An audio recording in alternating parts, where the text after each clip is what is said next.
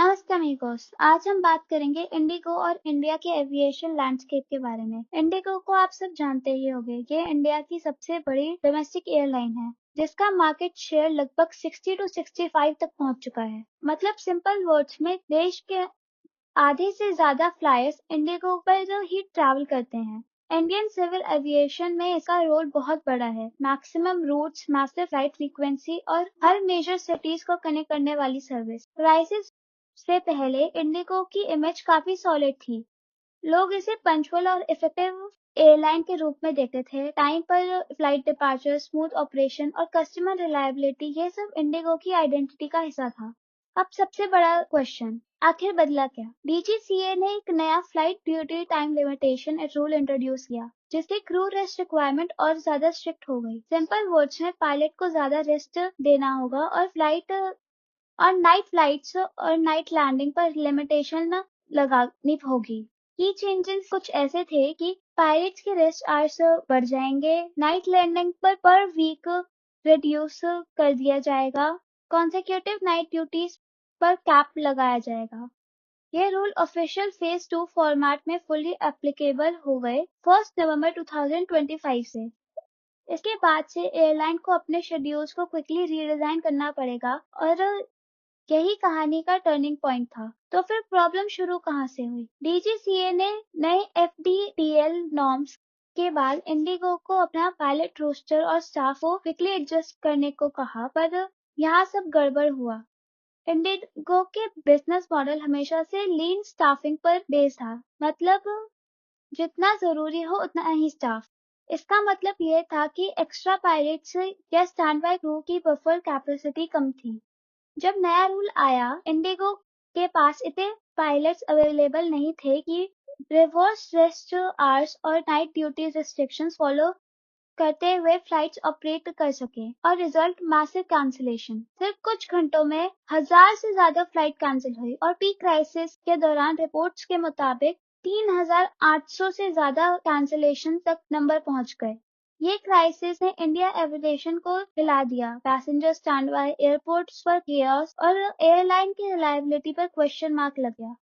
इस क्राइसिस का इम्पैक्ट सबसे पहले पैसेंजर्स पर सीधा फील हुआ। एयरपोर्ट पर हजारों लोग फंस गए। लगेज हॉल में सामान के माउंटेन्स जैसा पाइल अप हो गया और टर्मिनल्स में मास कंफ्यूजन देखी जा रही थी। इंडिगो के ऑन टाइम परफॉर्मेंस गिरकर क्रैश हो गई। फ्लाइट कैंसिलेशन हुए, जो चल रहे थे वो भी आज डिले पर।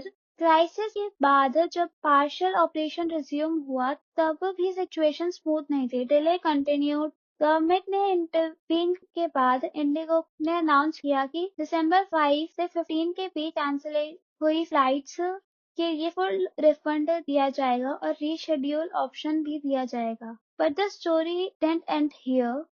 जब इंडिया की डोमिनेंट एयरलाइन संभल करती है, प्योर एविएशन नेटवर्क पर इफेक्ट पड़ता है। ये क्राइसिस ने एक्सपोज किया इंडियन सिविल एविएशन इकोसिस्टम कितना वल्नरेबल है जब एक मेजर प्लेयर हर्ट हो जाता है।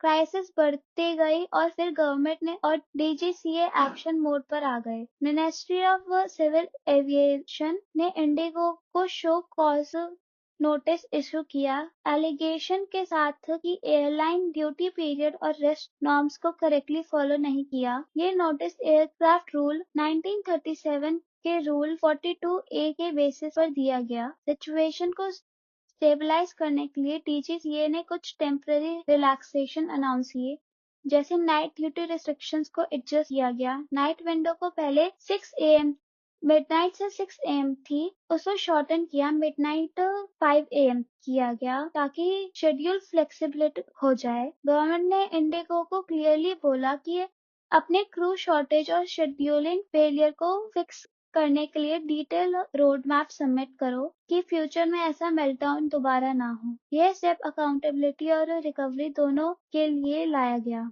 एक इंटरेस्टिंग सवाल ये भी था, अगर रूल सब पर सेम थे तो बाकी एयरलाइन को इतनी प्रॉब्लम क्यों नहीं हुई? सिंपल आंसर, उनके पास बेटर बफर स्टाफ था। दूसरी एयरलाइंस ने लीन स्टाफिंग का मॉडल फॉलो नहीं किया, इसलिए उनके रोस्टर्स ज्यादा फ्लेक्सिबल थे और वो नए एफडीटीएल नॉर्म्स के साथ इजीली एडजस्ट कर पाए। ऑल्सो इंडिगो का मार्केट शेयर इतना बड़ा है कि जब वो स्ट्रगल करता है इंटायर सिस्टम शेक हो जाता है।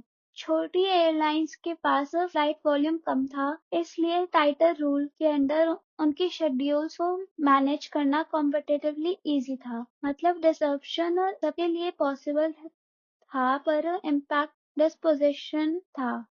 सबसे बड़ी एयरलाइन सबसे ज्यादा हिट हुई। इस क्राइसिस ने एक बड़ा पिक्चर इनसाइट भी रिवील की। इंडिया की एविएशन नेटवर्क एक ही एयरलाइन पर बहुत डिपेंडेंट हो गई है। जब इंडिगो फ्लैटर पूरा सिस्टम डिस्टेबलाइज हो गया।